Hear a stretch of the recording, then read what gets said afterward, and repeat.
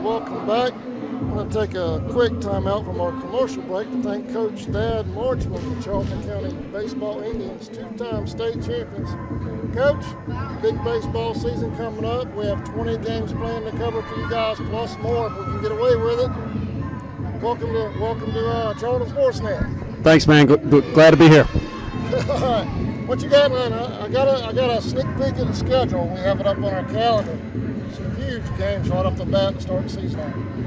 Yeah, well, Class A, all of them are huge because, you got to win them all for power rankings. And we got some cold weather. We got some guys playing basketball, and we got a couple other things we're dealing with. But, hey, buddy. Hopefully we can be ready for when we get started. And then fortunately, we have a scrimmage versus Bacon County. And that'll kind of help us see where we are. But after that, maybe we'll be ready to go and win that first one. All right.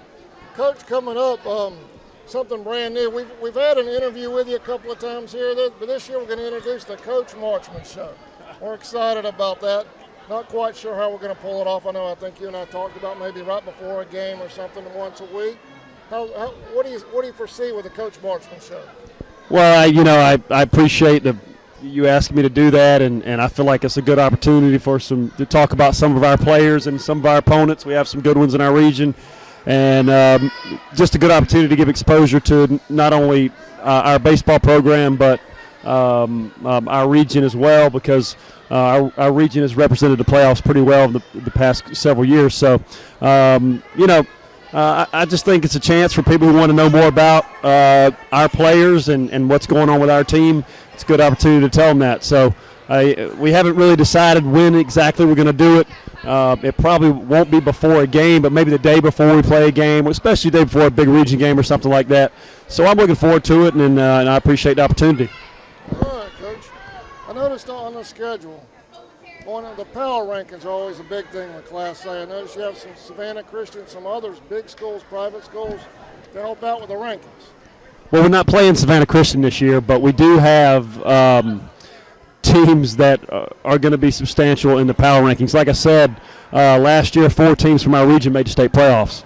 So, there's points in our region. We're also playing a team like Commerce, who's actually – we're preseason number 5 in the state, I think, according to Georgia Dugout Club Preview Magazine, and they're ranked in front of us. So that's going to be a tough one. And you know what? The truth of the matter is in single A with the power rankings, they're all tough because it's very important to win every game you can, and there's just not a lot of room to breathe. So we're going to treat them all like they're in the top 10. All right. Coach, I know that Commerce game you mentioned, Pork Chop Saturday, that's like a tradition around here, isn't it? The pork chop sandwich Saturday is a good day for me because I love those pork chop sandwiches, and it seems that a lot of other people do too. It's a good fundraiser, a good chance to come out and watch a lot of baseball because we'll have a middle school game that day, 2 varsity games that day, and then possibly even in another game that day. So it's just a full day of baseball and a chance to eat some good food as well. Key players coming back. Anybody the fans can look for this year stepping up to fill the roles people have vacated last year?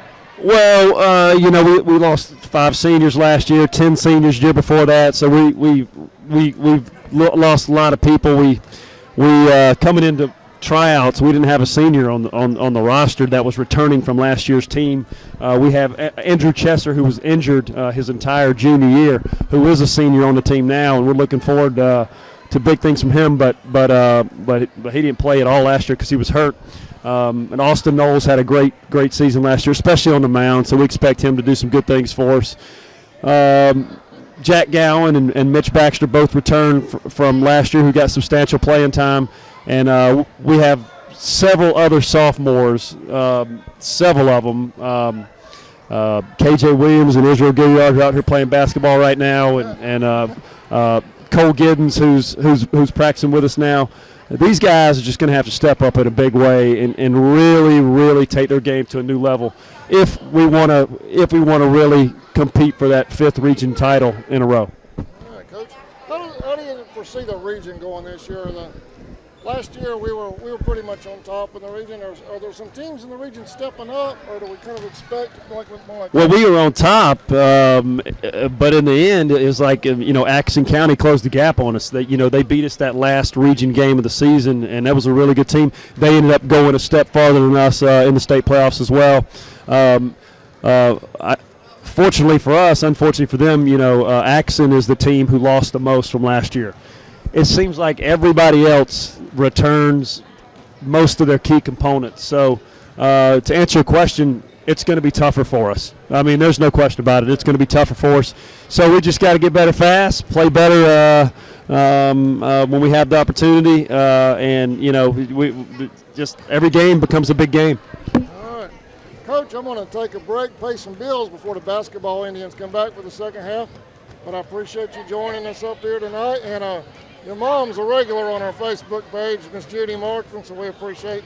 I know she's got your back, right, Coach? Yes, she does. Thanks for the time. Thanks for having me. All right, Coach. Thanks a lot. That was Coach Thad Marchman for the Charlton County Baseball Indians, two-time state champions. Thanks for joining us. And we'll be right back after this commercial break with a second half. Indians trail Lanier County by 7.